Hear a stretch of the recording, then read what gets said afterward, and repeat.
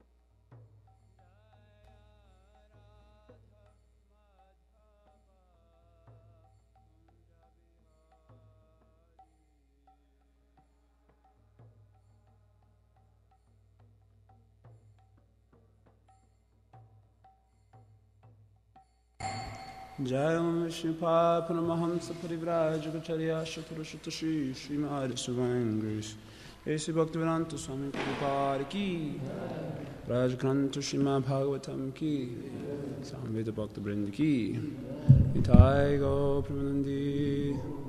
All glory to the summon devotees, all glory to the summon devotees, all glory to Shri Shri Guru and Gauranga. O Namo Bhagavate Vasudevaya.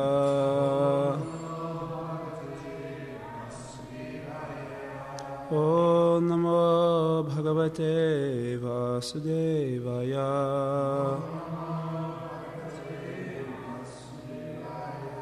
O Namo Bhagavate Vasudevaya.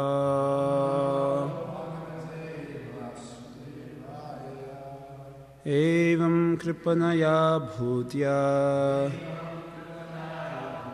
shochantam atar arhanam grahitum kritadhir enam bhayanam abhyapadyata. Evam kripanaya bhutya shochantam atar arhanam grahitum kritadhir enam bhayanam abhyapadyata.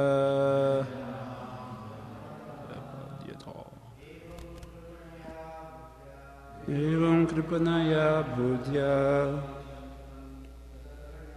shochantam atararhanam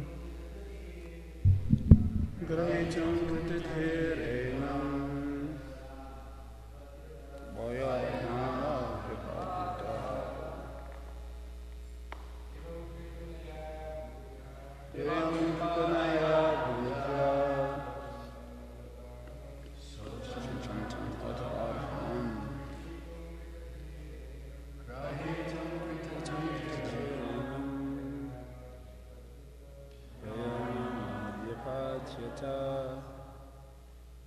mothers. Evam kripanaya buddhya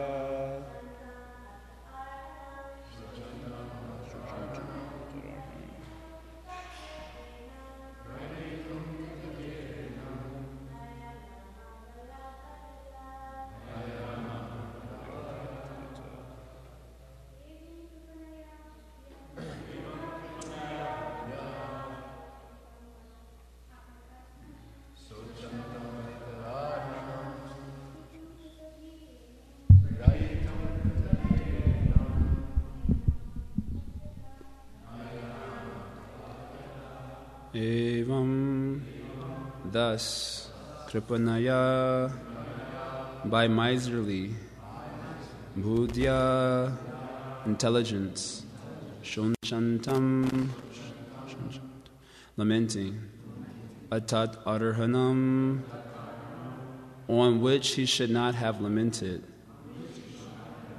grahitum, in order to arrest, Kritadhi, the determined king of the Yavanas, Enam, him, Bhayanama, whose name was fear, Abhyapadyata, came there immediately. Translation and purport by Srila Prabhupada ki jai. Translation. Although King Puranjana should not have lamented over the fate of his wife and children, he nonetheless did so due to his miserly intelligence. In the meantime, Yavanaraj, whose name was fear itself, immediately drew near to arrest him. Purport. Foolish people do not know that every individual soul is responsible for his own actions and reactions in life. As long as a living entity in the form of a child or a boy is innocent, it is the duty of the father and mother to lead him into a proper understanding of the values of life. When a child is grown, it should be left up to him to execute the duties of life properly. The parent, after his death, cannot help his child. A father may leave some estate for his children's immediate help, but he should not be overly absorbed in thoughts of how his family will survive after his death. This is the disease of the conditioned soul. Not only does he commit sinful activities for his own sense gratification, but he accumulates great wealth to leave behind so that his children may also gorgeously arrange for sense gratification. In any case, everyone is afraid of death, and therefore death is called bhaya, or fear. Although King Puranjana was engaged in thinking of his wife and children, death did not wait for him. Death does not wait for any man. It will immediately carry out its duty. Since death must take away the living entity without hesitation, it is the ultimate God realization of the atheists who spoil their lives thinking of country, society, and relatives to the neglect of God consciousness. In this verse, the word atat arhanam is very significant, for it means that one should not be overly engaged in welfare activities for one's family members, countrymen, society, and community. None of these will help a person to advance spiritually. Unfortunately, in present-day society, so-called educated men have no idea what spiritual progress is. Although they have the opportunity in the human form of life to make spiritual progress, they remain misers. They use their lives improperly and simply waste them thinking about the material welfare of their relatives, countrymen, society, and so on. One's actual duty is to learn how to conquer death. Lord Krishna states the process of conquering death in Bhagavad Gita, chapter 4, verse 9. Janma karma chame divyam evam yoveti tatutaha tyaktva deham punar janma naitimam eti swarjuna. Quote, one who knows the transcendental nature of my appearance and activities does not, upon leaving the body, take his birth again in this material world, but attains my eternal abode, O Arjuna. End quote. After giving up this body, one who is fully Krishna conscious does not accept another material body, but returns home back to Godhead. Everyone should try to attain this perfection. Unfortunately, instead of doing so, people are absorbed in thoughts of society, friendship, love, and relatives. This Krishna consciousness movement, however, is educating people throughout the world and informing them how to conquer death. Harim vina nashritim taranti. One cannot conquer death without taking shelter of the Supreme Personality of Godhead. Srila Prabhupada ki jai. Om Agyantamirandasya Gyananjana Shalakaya Chakshurum Litamena Tasmai Shri Guruve Namaha. Shri Chaitanya Mano Bhishtam Stapitam Yena Bhutale Swayam Rupakada Mayam Dadati Swapadantikam Vanjakapaturubhyascha Kripa Sindhuvere Vachapatita Nampavanebhyo Vaishnavebhyo Namo Namaha. Jaya Shri Krishna Chaitanya Prabhu Nityananda Shri Advaita Gadadhar Shivasadi Gaura Bhakta Vrinda. Hare Krishna, Krishna Krishna, Hare Hare, Hare Rama, Rama Rama, Hare Hare. Hare Krishna.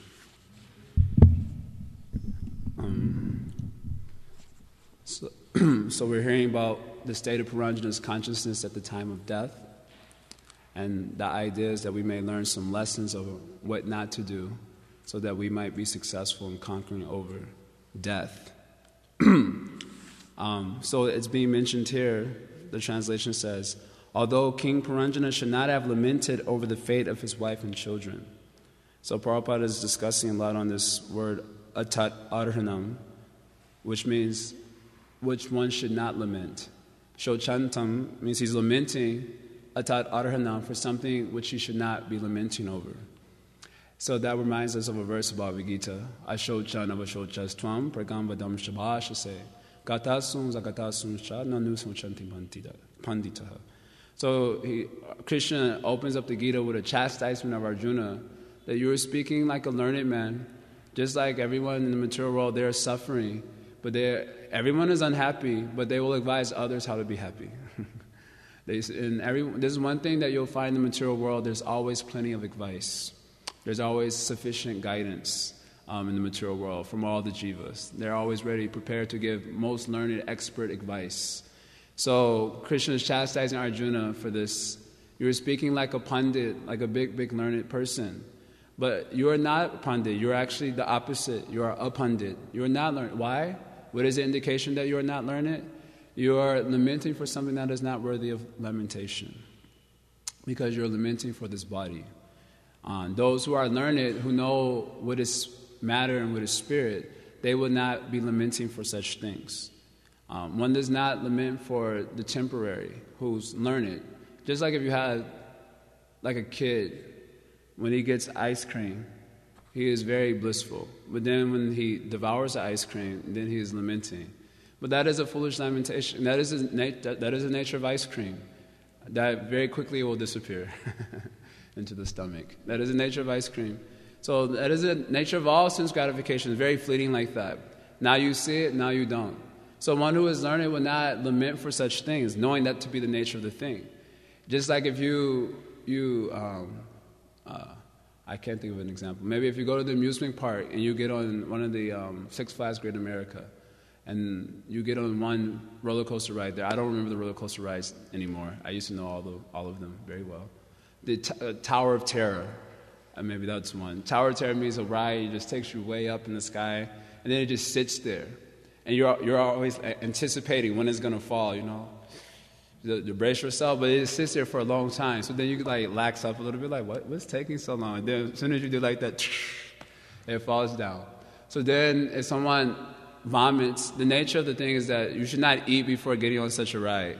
Because if you drop, your stomach drops like that, then you're going to vomit everything. So if you begin to vomit and you start lamenting for that, that is your foolishness. Because that is the nature of the thing. That is the nature of the ride. So you will be unhappy eating before getting on the ride. Similarly, if you put your hand in fire and you get burned and then you start lamenting about that, that is your foolishness. Because that is the nature of fire. So the same way Krishna is chastising Arjuna, that you're lamenting for something that's not worthy of lamentation, because you're lamenting for this body, which is not worthy of lamentation. So a real learned person, as Krishna goes on to explain, does not lament for the body in its living or in its dead condition. So in context of this Puranjana pastime, Puranjana is lamenting for the living. It's interesting, he's not so much lamenting the fact that he's about to die, as much as he's lamenting the fact that who will give protection to my loved ones? How will they be protected? So there's a very prominent consciousness of the conditioned souls, lamenting for the welfare of those they cannot help. Such lamentation was also seen in Yudhishthira Maharaj when Dhritarashtra and Vidur left for home. So he began lamenting. He was also thinking, who will give, particularly to Dhritarashtra, who will give protection for my old grandfather, grandmother, who will protect them? So Narada Muni came and just gave him the sauce. Even though he was lamenting, Narada Muni gave him very strong words. If you read that section, Narada Muni does not speak exactly very sweetly, but he speaks also quite strong. And then he points out to Yudhishthira Maharaj that those who are lamenting, he says to Yudhishthira Maharaj, you're thinking, how will they be able to protect themselves without you? So Prabhupada makes a point there that this is all due to ignorance. If someone is thinking, without me, how would a living entity be protected? Then this type of consciousness is all due to ignorance. And then Narada Muni goes on to say a verse that I like a lot in that particular section.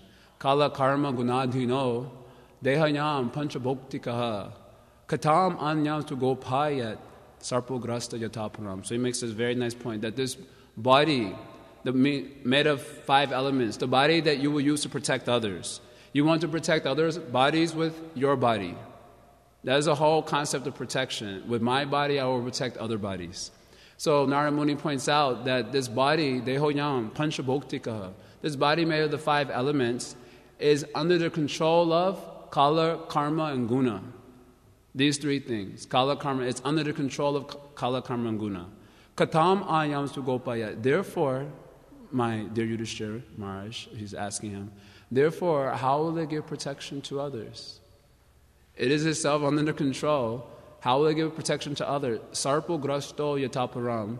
When it is in the jaws of the serpent as much as others. Just like that image just reminds me of when the cowherd boys saw Aghasura, and then they were trying to make out, is it a snake or is it a cave? And then they couldn't make out. They said, anyway, we want to play. So even if it is a snake, Krishna is there, he'll save us, so let's go and play. So anyway, they're all in the snake's mouth. So imagine you can we're all in the snake's mouth, and we all figure out, oh, it's a snake, we're about to be devoured. I'll protect you, but you're also in the snake's mouth. You're also about to be eaten just like me. How will you protect me? Or if we're both drowning in the ocean, and I say, Prabhu, I'll help you. Then you say, Hare Krishna. How will you help me? That is not very practical. So that is what's going on in the material world. Everyone is drowning in the ocean of samsara without any information, without a boat to save them. Vishama vishayatoye majjatam aplavanam. They're all drowning in the ocean of sense enjoyment and aplavanam without any boat to rescue them. And they're saying, I will help you, I will protect you. So then Narada Muni points this out to, how will you get protection? You are as much in the jaws of the serpent as everyone else. And everyone else, what is that situation? You're under the control of Kala, Karma, and Guna. So Prabhupada has a very beautiful purport there. Karma means we want to be protected. Everyone is looking for shelter. Everyone wants shelter. Sometimes we hear classes about how women need shelter, but we all need shelter. In one sense, because we're all women, in one sense, because we're all Prakriti. In that sense, everyone needs shelter. And the problem is, where do we go to find that shelter? Because without shelter, then the consciousness is overcome by fear. We're hearing about how the Yavanaraj, Kritadir Einam, Kritadir means his determination never fails. So you'll find this out in the material world, that the constant situation is fear. And it's always threatening the jiva. Even sometimes when you get in a situation where you feel very much comfortable, very much protected, but within a second the situation can change and you're again fearful. Fear is always the threatening the jivas in the material world. So even if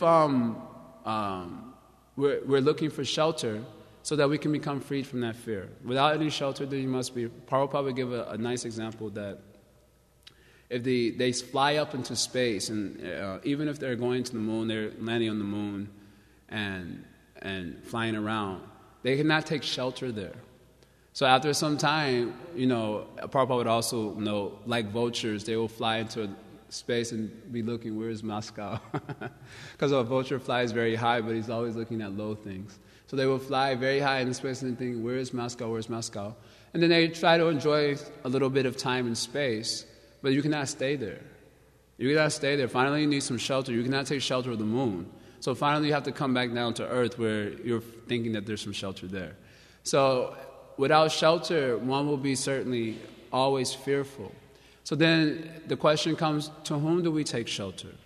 So Narada Muni is pointing out the general tendency is to take shelter of others who are also being devoured by the serpent of Kala, Karma, and Guna. If someone is to protect us, just like if you go to an insurance company for protection, then we should, negotiate. We should make our contract.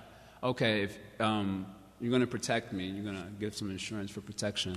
I would like, first of all, that you should protect me from all my karmic reactions, which are on the aparabdha karmas that are about to manifest, and the parabdha karmas, which are called, the parabdha karmas that are just about to manifest are called bijam.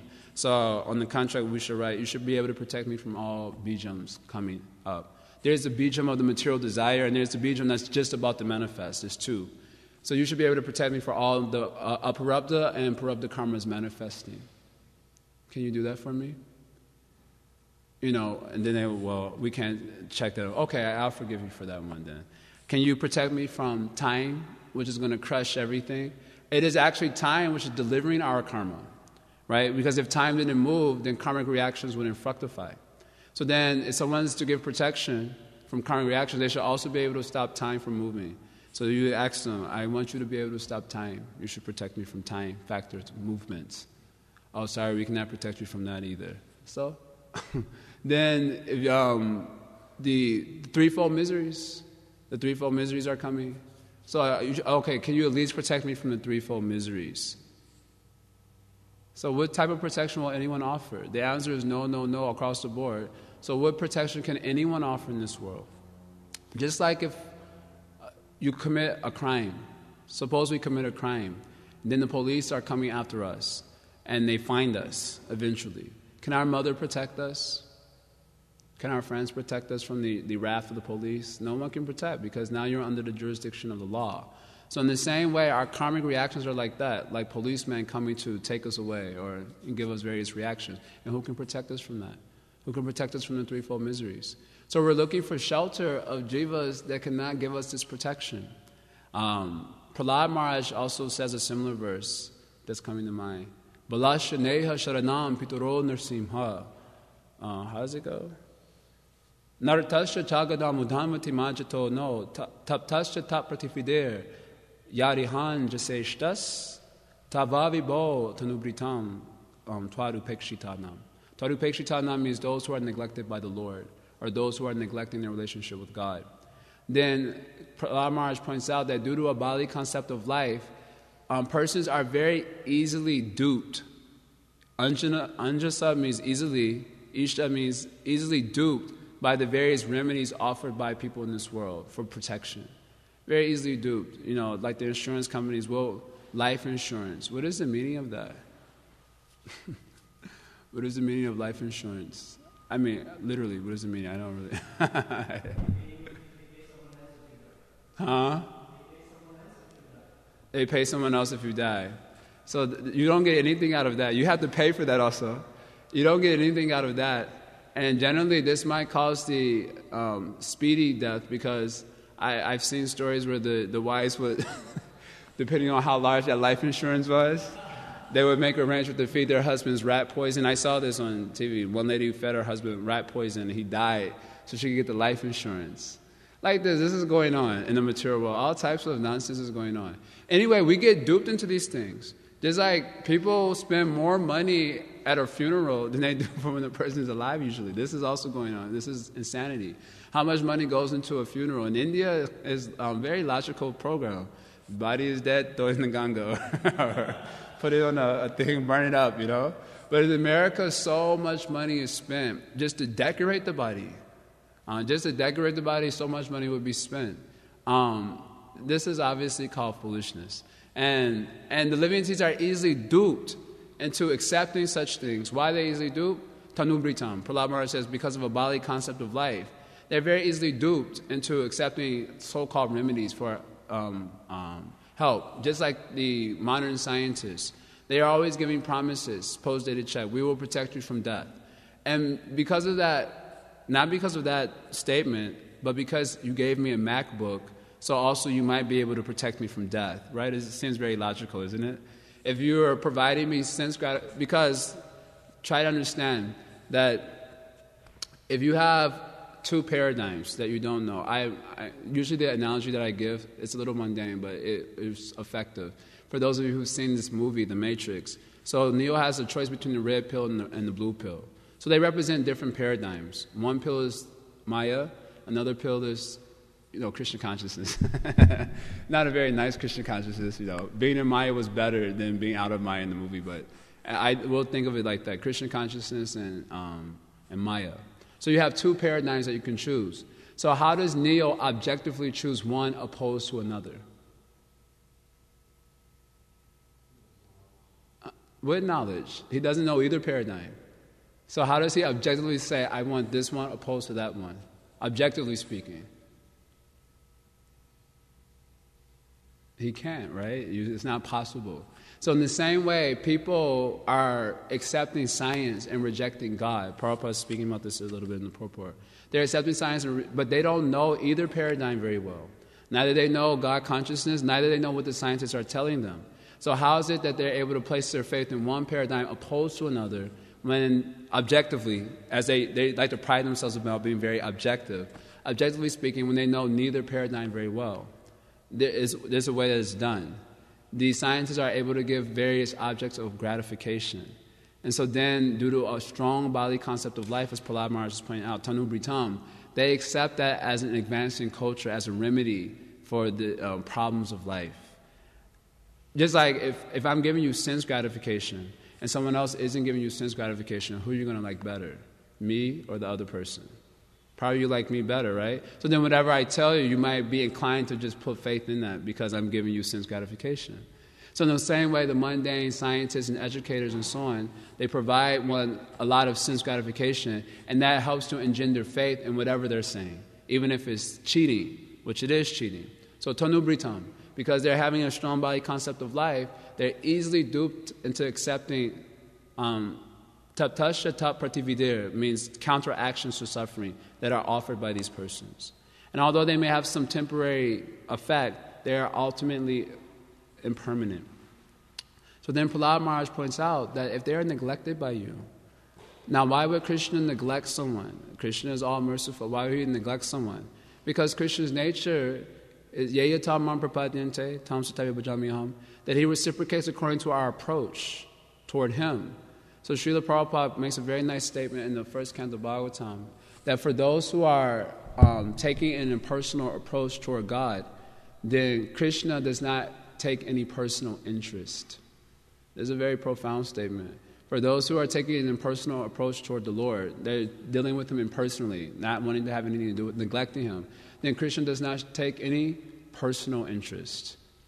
Because that is his nature. His nature is to reciprocate with the mood that we approach him. So twarupekshitanam, those who are neglected by the Lord, because they themselves are neglecting to worship the Lord due to a strong body concept of life, then they are not able to offer protection for anyone.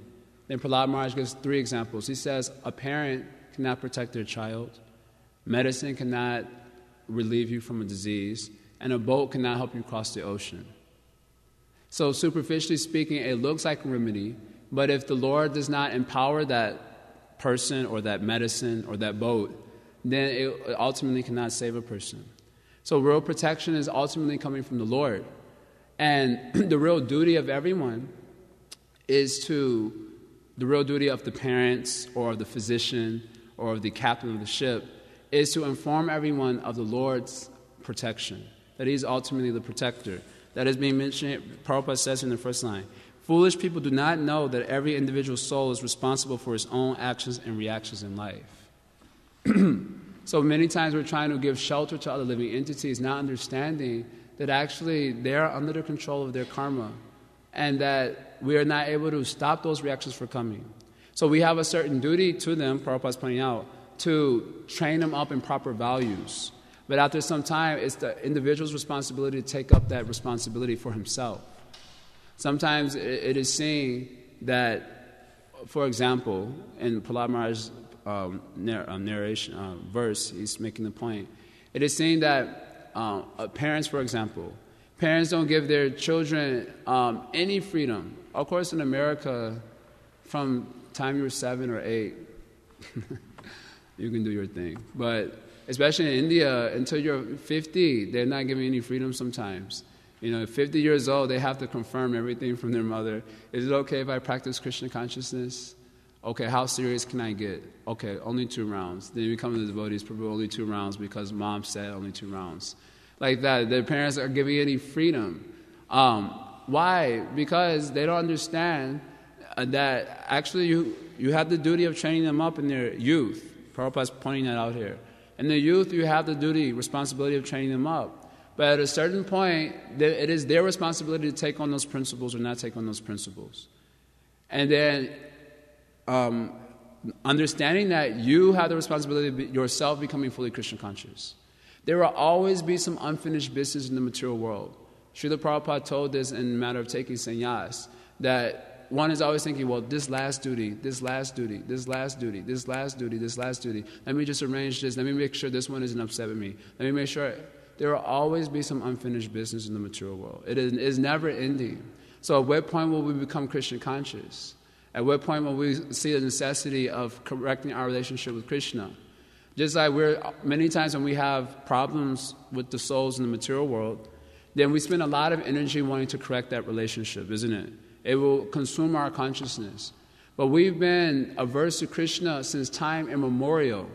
Do we know how long time immemorial is? That's a long time. Time immemorial is like super long time. What is it, the bad relationship we're having with some jiva in this life? That is just an insignificant, 2-3 years? And that'll consume our whole, I have to correct that relationship, I have to fix it. But when it comes to Krishna, how many of us are concerned about correcting that relationship? Since time immemorial, we've been dissing Krishna. That's anyway, vernacular. We've had beef with Krishna. Since time immemorial. We've hated Krishna since time immemorial. Hated him. Icha, dvesha, samutena, dvanda, mohena, bharata. I mean, Icha means we desire. What is desire? The desire is to be Krishna. Why is Krishna enjoying like that? Why does he have to be the controller and the enjoyer? I want to be the controller and enjoyer. So as a result of thinking like that, who do we end up hating? Krishna. So we've been hating Krishna since time immemorial. And the human form of life is meant for correcting that relationship. That's what the human form of life is meant for. Now, we can try to understand when we're having some problem with jivas in this world, how much we will find it important to correct that relationship. Like we made our mom upset, or we made our friends upset, or whoever. It'd be very important for us to make sure that that relationship is fixed. How many of us have the same intensity in correcting our relationship with Krishna? We do it cannot be a ritualistic thing. Just like if you have some riff with a devotee, you cannot just go over there and say, sorry Prabhu, and it's finished. It doesn't work like that. You have to really invest like a lot of heart energy also. It can't just be words. You may have noticed that when there's a rift between, if you ever had this experience of a rift between a devotee, words are not very useful. You have to put in a lot of heart energy. I mean, they have to really perceive that you're meaning that. It won't be sufficient to say, I'm sorry, Prabhu, I'm sorry. It doesn't work. So in the same way, how much heart energy should we be offering to Krishna and correcting our relationship with him? It can't just be a matter of Hare Krishna, Hare Krishna, Hare Rama, Hare Rama, Hare Rama. Finish, then we leave the bead back somewhere, liberation, moksha. And then we do our rest of the day and we're like, where's my bead bag? Sometimes this happens. We're so happy to be free with our chanting that, we leave the bead bag like, whew, like it was fire or something.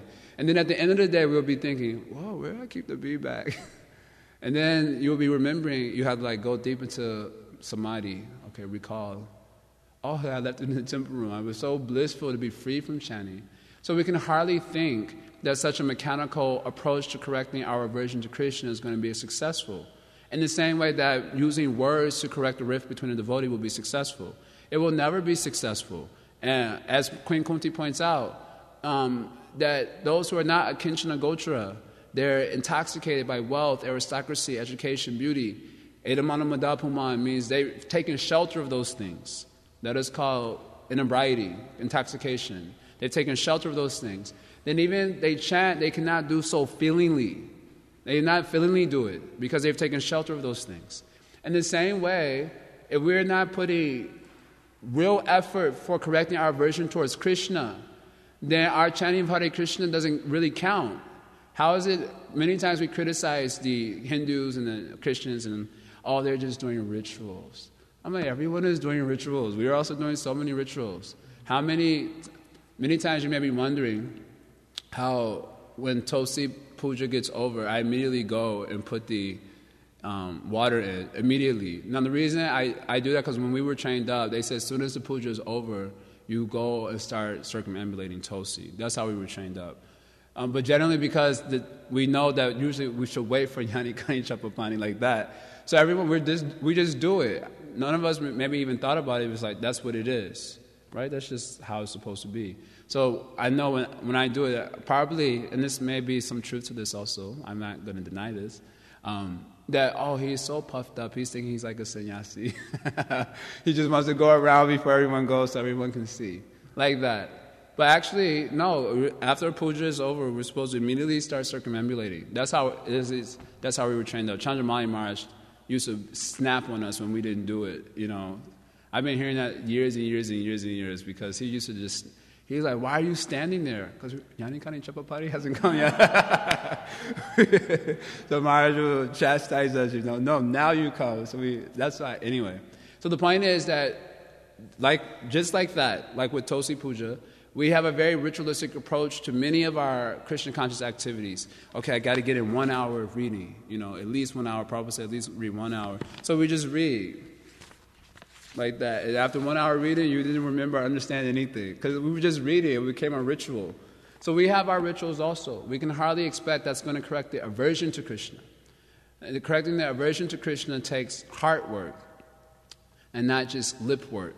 It takes a lot. It's chanting from the heart or with the heart. Otherwise, what's being discussed here is that atat arhanam. What happens is we'll be lamenting for that which is not worthy of lamentation due to our absorption and intelligence which is miserly. And intelligence is miserly, as we hear from the Bhagavad Gita, is an intelligence that does not use the human form of life to solve the problems of life, and therefore quits the body like cats and dogs without understanding the real principles of self-realization. Many times people want to bring the scope of their material duties into the realm of sadhana, as if that is the all-important aspect of sadhana bhakti. Making sure that all parents are taken care of, children are taken care of. Ad infinitum, the duties go on expanding. And this is due to miserly consciousness, miserly intelligence, that we do not understand the real principles by which we can actually advance in Krishna consciousness. The human form of life, all the ashrams, human form of life begins with varnashram, and all the ashrams are meant for helping us become progressively detached from all these affairs. Not progressively entangled in all these affairs, progressively detached. So Puranjana's situation is that he has not followed the Dharma, which will engender that, he has not followed Dharma properly, by which that detachment was engendered. So this happens, we have to see, one has to examine to what degree we are becoming detached from all these affairs. Detached doesn't mean callous or negligent, but detached, because the problem is at the time of death, as what is being mentioned here. Because of not becoming detached, he is meditating, how would they be protected? Who will protect them? And in this way, he's quitting his body, thinking of his wife. So those who are intelligent, Prabhupada is concluding the purport here, that those who are intelligent, they use this human form of life for making spiritual progress. The Kripana consciousness means that we Prabhupada is using the word over-concern ourselves with the welfare of our family or the welfare of society, etc. We over-concern ourselves, thinking how we will give the protection. Even if we were able to protect them, we've just discussed 2 verses from the Bhagavatam that shows we are not able to protect them from anything. But even if we were able to protect them, that protection does not engender spiritual consciousness. One time, a student wrote, Dr. Luke, and he was saying, I had criticized material welfare activities. And, of course, he was from India, he was very upset about this, and he was in part of the Madhavacharya line. So he did not appreciate the criticism of welfare activities. So he pointed out, he said, nowhere in the Vedic culture does it teach that by welfare activities you will become entangled in Maya. So he wrote to Bhakta Luke that time. So I responded to the mail also, because he had a lot of criticisms. That was one of them. So I responded to the mail, and I asked him a question. I said, okay, if we dedicate all our life's energy to welfare activities, will we get liberation? And he's a part of Madhvacharya's line, so I would hope he would know at least something. Will we get liberation by dedicating all our energy to the welfare? No. So how is it not entangling? How is it not entanglement in Maya by doing that? That means that the welfare, and if the answer is yes, then why do sadhana? If the answer is yes, you can get liberation just by welfare activities, then why chant Hare Krishna?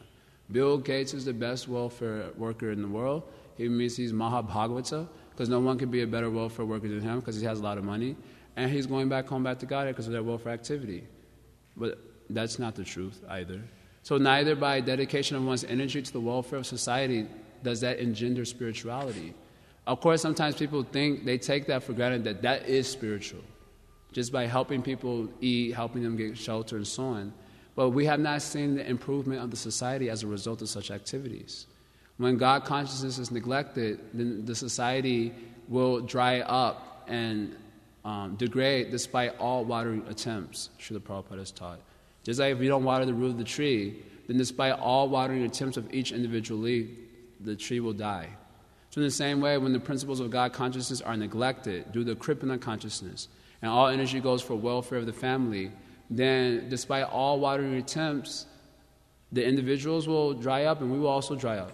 Just like sometimes the parents, They become so absorbed in the material welfare of their children that their children become sense gratifiers. So they lose their own Krishna consciousness in an attempt to make them happy.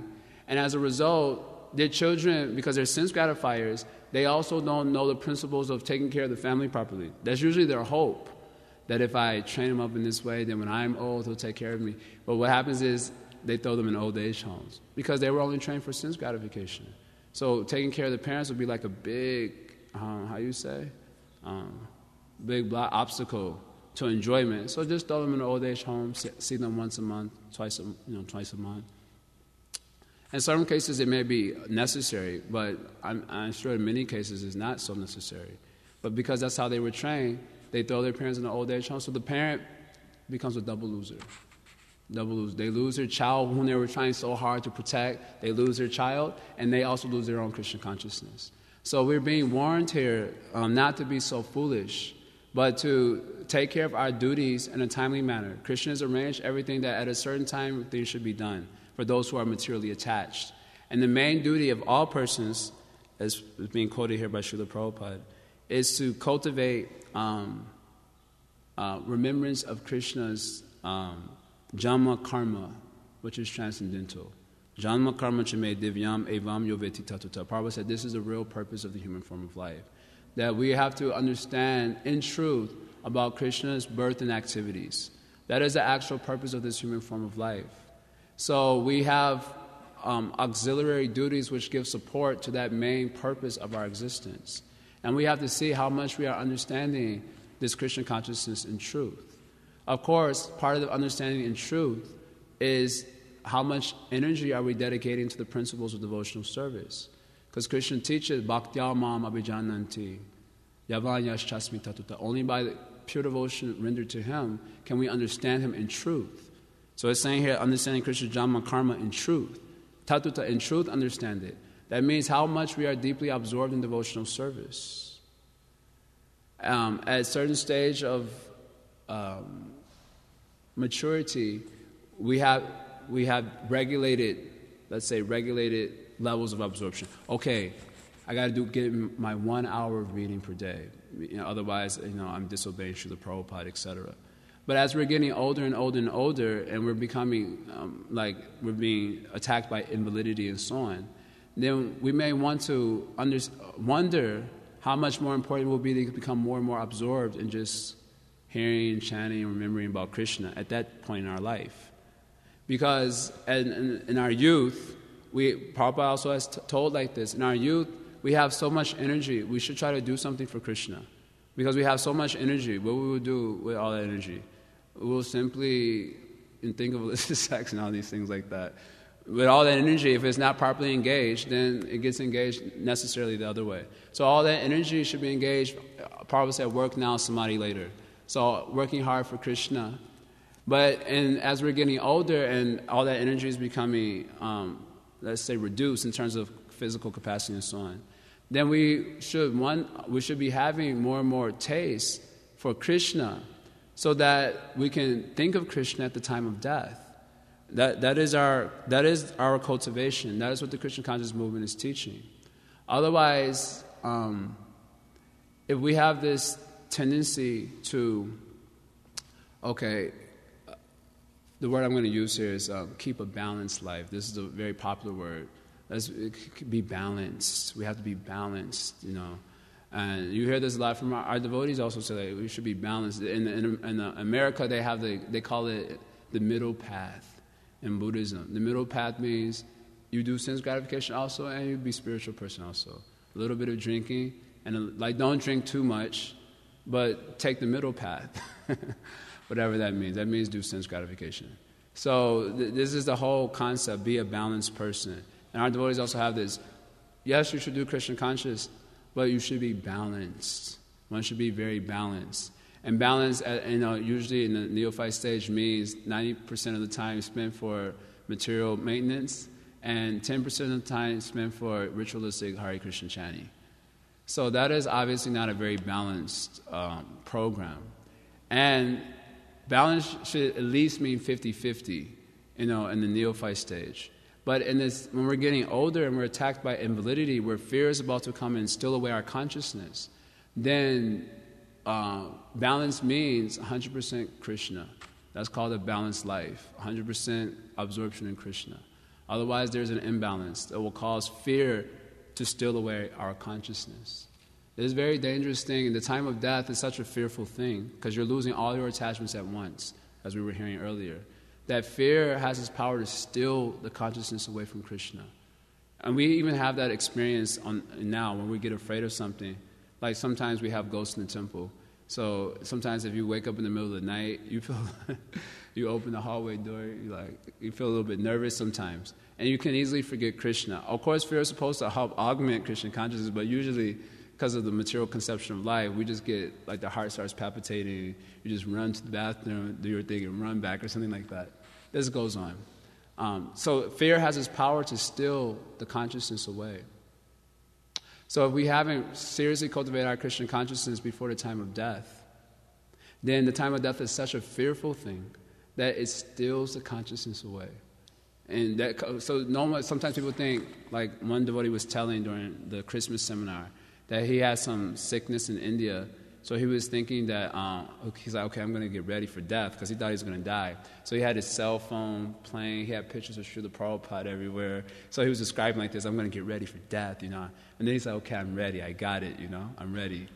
And then he realized he wasn't able to think of Krishna. He was so afraid, that, because it's a scary thing. You're a young person, you have to cope with the fact that you might die. It's a scary thing. So he realized that remembering Krishna was not so easy.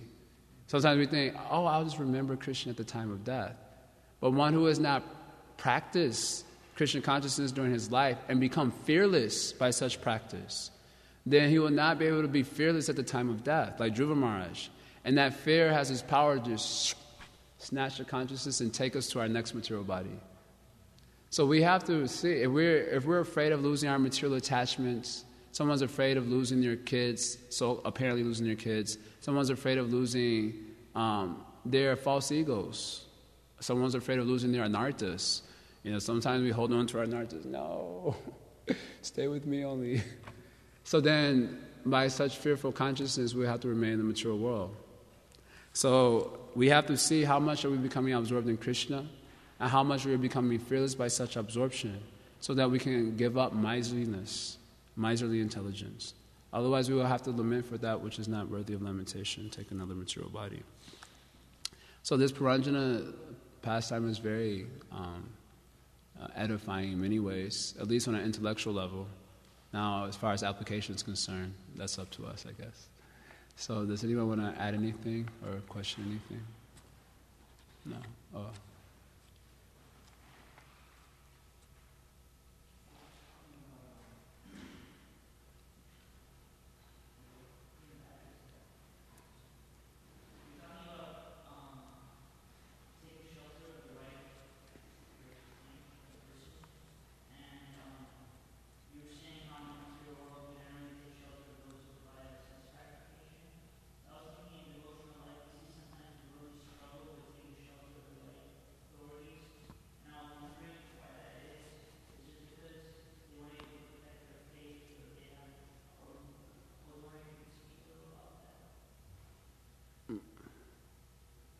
Well, generally my simple understanding is that it's hard for us to take shelter because we think we're God. And in short, so, or okay, if I'm not God, no one's God. No, in other words, no one can give me shelter. Or sometimes it happens that, there's God, there are bona fide gurus and devotees who can give us shelter, but I'm not associated with any of those. Or, yes, they're bona fide, but they won't be able to help me because I'm so fallen. I'm beyond being the ability of being helped. And this way we have various doubts. And also, we have to understand that we're also suffering from unlimited samskaras of being betrayed in the material world. And that those certainly play a role in our mentality towards authority and towards surrendering to authority, etc. We have, probably in this life itself, we have many samskaras of being betrayed, or where we felt hurt by a superior or authority. And so generally due to lack of strength and a forgiving mentality, then we carry that experience to all the future exchanges. Just like someone, like if a friend really, really, really like did something very wrong to you and betrayed you. So there's some scars created, and your future friendships, you'll be remembering that. So you may interact as a friend with the person, but you won't want to reveal too much because, I don't want to go through this experience again. This is mentioned in Bhagavad Gita, Vitaraga Bhaya Krodha, Malmaya Mama Pashita. Krishna says there are 3 things we have to overcome: attachment, fear, and anger. So the fear is the fear of being a person, Srila Prabhupada teaches there. We're afraid of being a person because of the bad experience of so-called personhood in the material world. So it makes it very difficult to want to be a person in the spiritual concept. We imposed our material experience onto the spiritual relationships, the spiritual reality, and it makes it very challenging to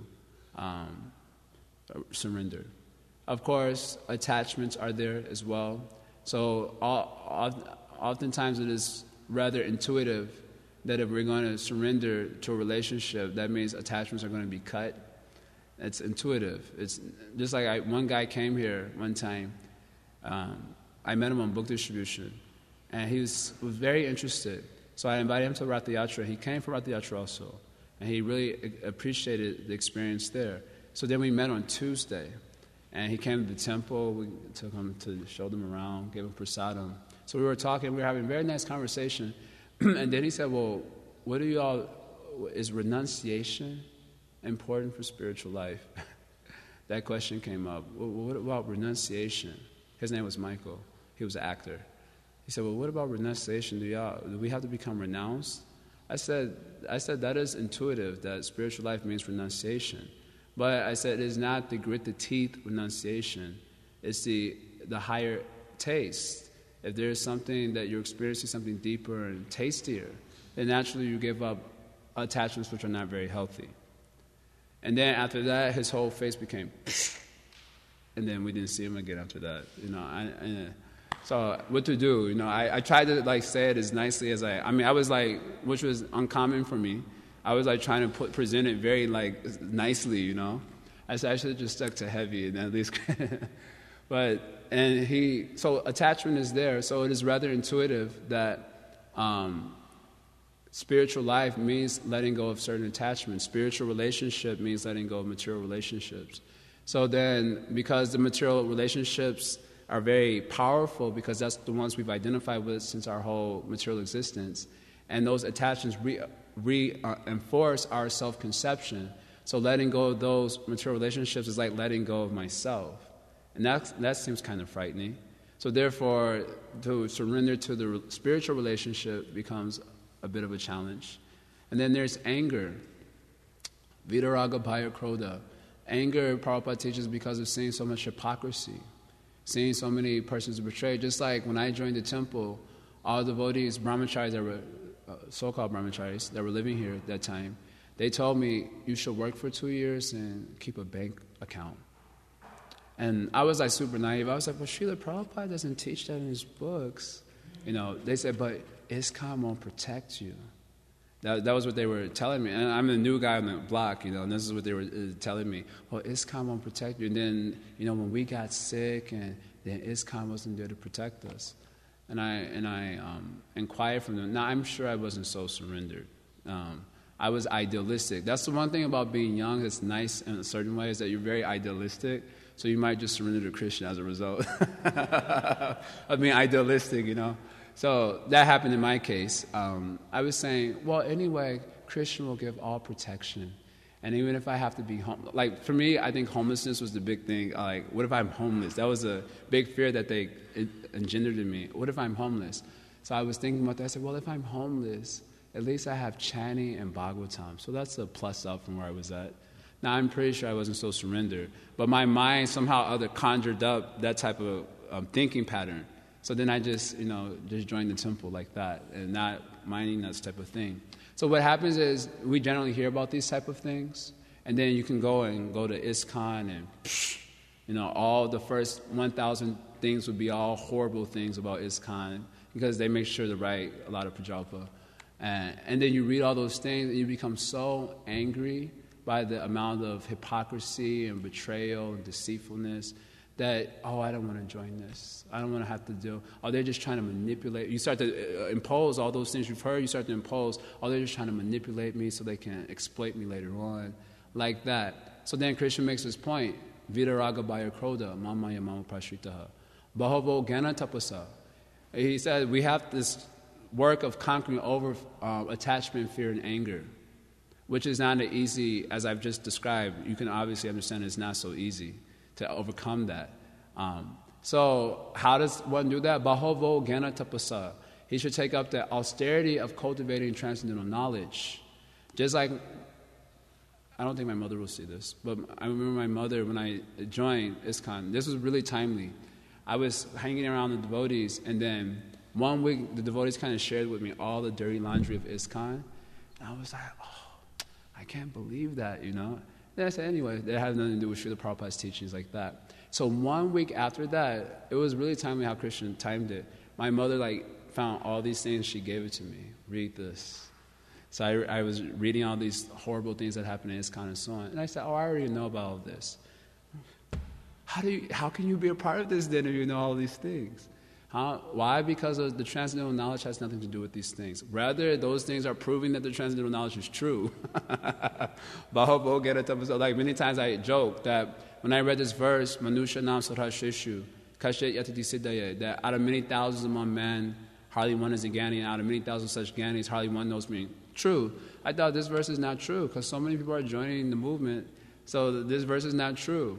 Then later on, when you came to find out all these things, I said, now it makes sense, One devotee even asked me, he said, how do you deal with all the deceitfulness and duplicity that you see in Iskcon? I said, I get rather inspired. And he said, how can you say that? He got frustrated. He was a god brother. He said, he was recently initiated, and I met him 2 weeks after he was initiated. He was initiated, first initiation, when I took second, same time. So I met him a few weeks after that. So he was asking me all these questions. And I said, I get rather inspired. So he was totally fried with me when I said that. And he said, how can you say such a thing? I said, because now I see Krishna's words are true. Otherwise, I was having a little doubt that maybe Krishna doesn't know what he's talking about because so many people are joining. But then these things, in other words, Bahavo Gyana Tapasa. If we do the real work of keeping our attention on the words of Sri Guru and on the instructions of the founder Acharya and understanding those things, then there's no question of being bewildered. And we can very gradually get purified and cross over attachment, fear, and anger. In other words, by the process of hearing, then we will get the confidence to actually surrender to Krishna. Otherwise, if we want to hear about these other things, then we lose our confidence in the surrendering process. Like that. Okay, last thought. So,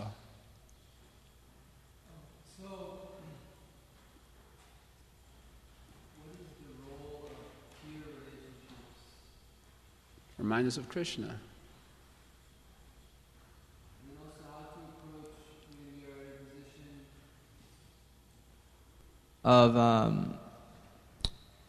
of maybe assisting or facilitating the development of a person's Krishna consciousness who is maybe less experienced than us.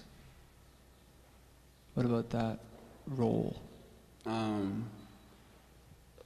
can't say I know all the principles perfectly well. One thing is that we have to encourage devotees in their relationships with their spiritual masters, with their, let's say, mentors, etc. If we would be in such a position, then it's very important for people to encourage people in their particular direction that they're surrendering and not try to manipulate or create doubts in their mind and so on. That is a real friend, because already there are so many bogus people out there to be misleading, and therefore to actually get any little faith to move forward is a very tough thing. So then we have the service of helping each other get more and more faith so that we can more and more surrender. So as a friend, if one were to be in that position, then she should act in such a way and speak in such a way and even think in such a way as to how they could increase that person's faith and, guru, sadhu, like that, and God. In that way, that is a very nice friend. And not unnecessarily create doubts in their mind. Especially the tendency is if you have a problem with the institution or with a particular leader or something, then the tendency is to just and just spray it out to everyone and create a lot of insecurity. And that way, all that faith that took so long to come up gets crushed very easily in the neophyte stage.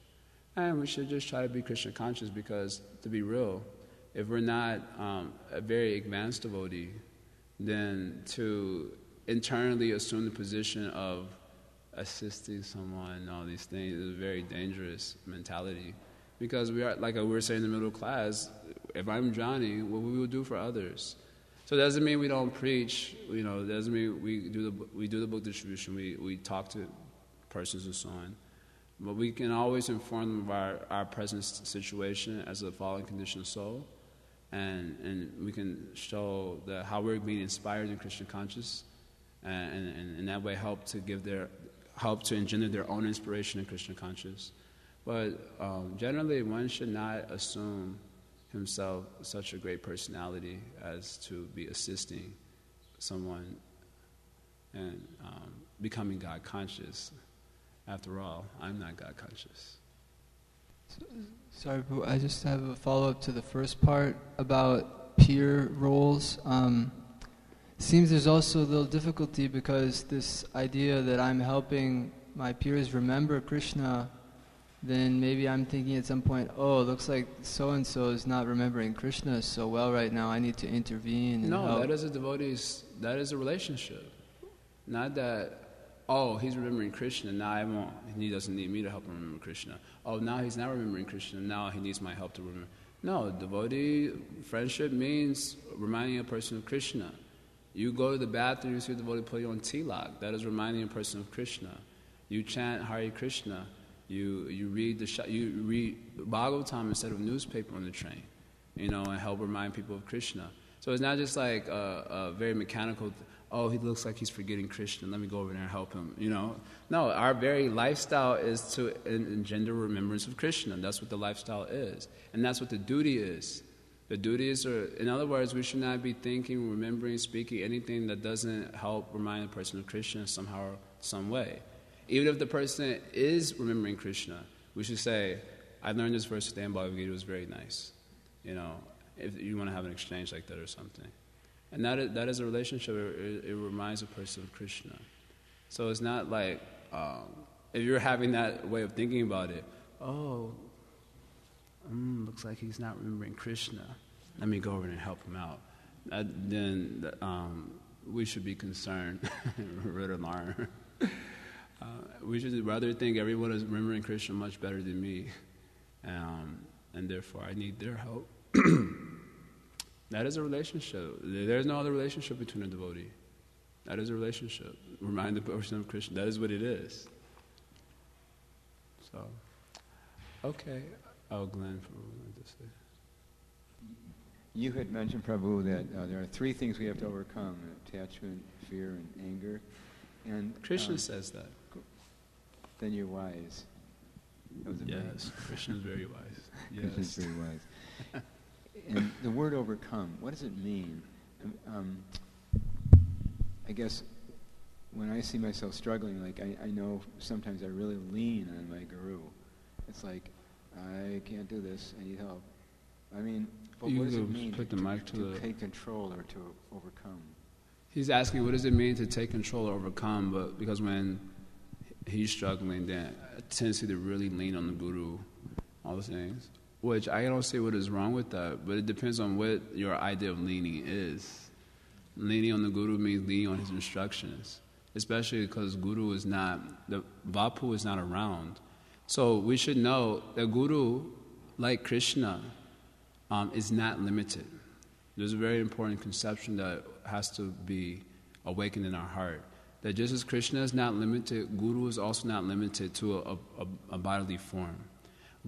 Our guru is manifest everywhere. It's just a matter of vision. It's just a matter of, it's a matter of love. Just like the devotee in love with Krishna, he sees Krishna within and without, everywhere he goes. And in the same way, those who will be loving their gurus, they can see their guru, and particularly their guru's instructions manifest everywhere.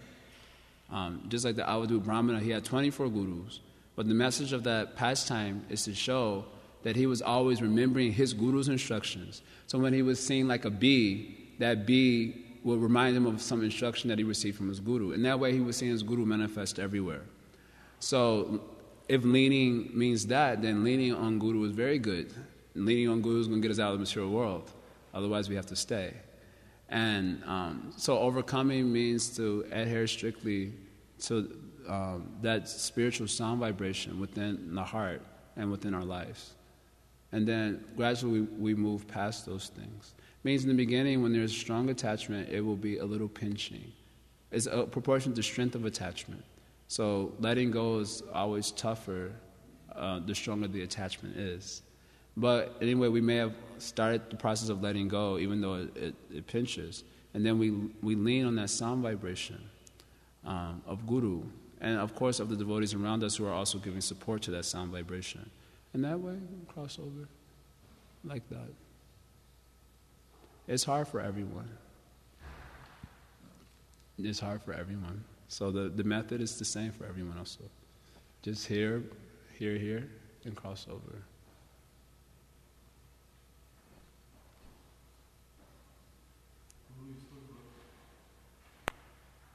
You spoke about fearlessness, and I was wondering, what is the... Fearlessness is easy to conceive of, like in Prahlad Maharaj's case when he's being attacked by so many demons. But in the community of devotees, can you say something about what it means to be fearless? How is it any different in the community of devotees?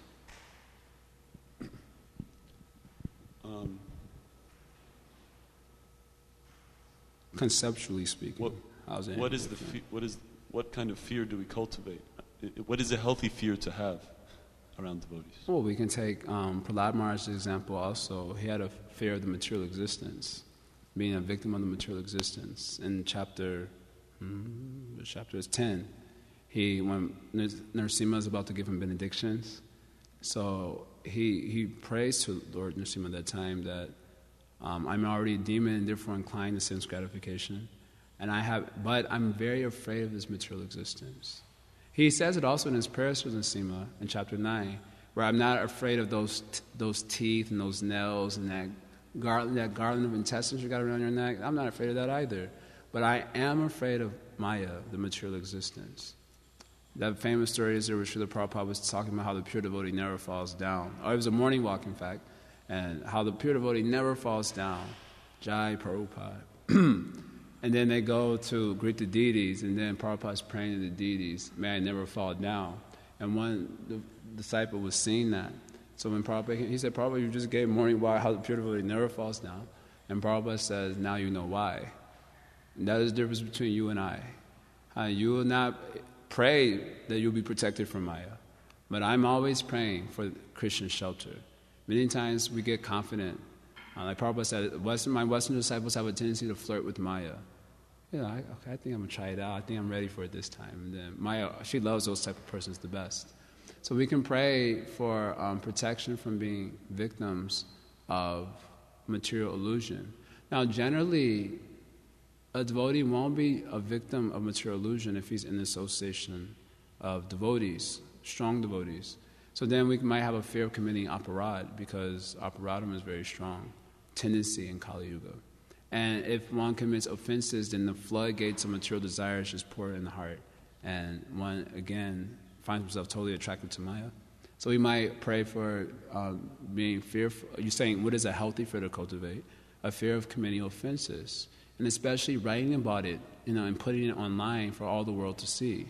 That is most offensive. First of all, to write it down is very offensive. And then to post it for the whole world to see, across the world, thousands or maybe even millions of people see it within 2 seconds, that is most offensive. That's probably as offensive as you can get. So if we want to talk about healthy fears to cultivate, being afraid of offenses should be one that's very prominent in our consciousness.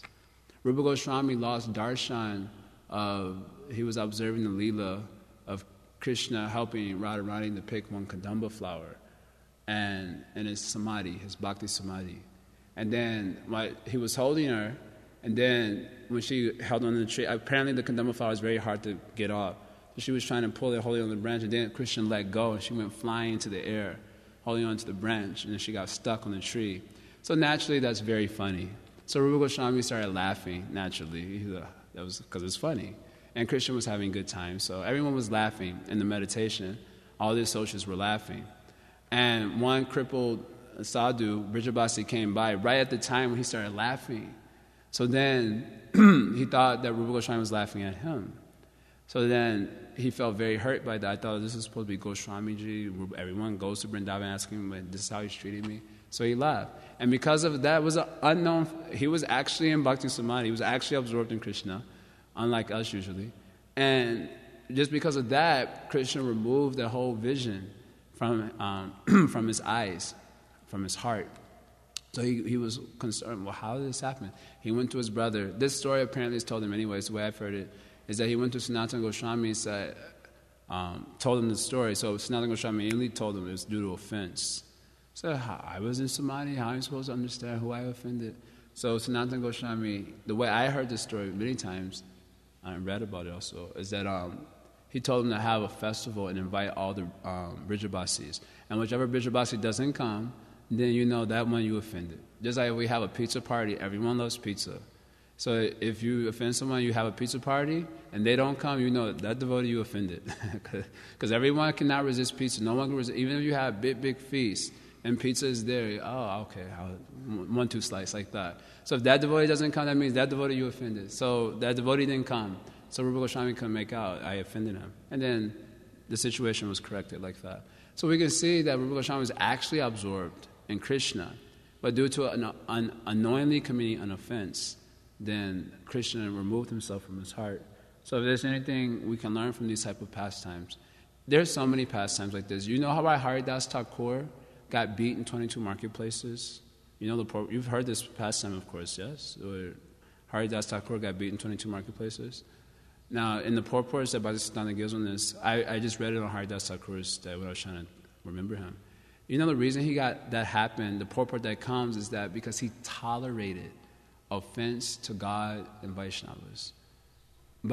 Because the Nawab Hussain Shah was committing offense to the Lord particularly, and because in the name of Trinada Peace and Nichena, he tolerated that without doing anything, so the reaction he got was being beaten in 22 marketplaces. Of course, that's the Leela, that's not a hard-ass situation, but that's the purport that comes. You ready to get beat in 22 marketplaces? Enough where the first marketplace should have killed the person itself. So then, and in this way, because of that offense, that happened. So like this, we can read about these things and try to become more and more and more cautious of even say anything that's based on a speculation about a devotee, say anything due to some emotional upheaval. All these things go on. In the Kali Yuga, we're very much captured by offenses. So we want to be. Your question was, what is a healthy type of fear to? So this would be a very healthy fear to cultivate. We should be very fearful of offenses to devotees. Okay, we're going to end there. We can talk after the class, because I already went way over. Srila Prabhupada ki jai.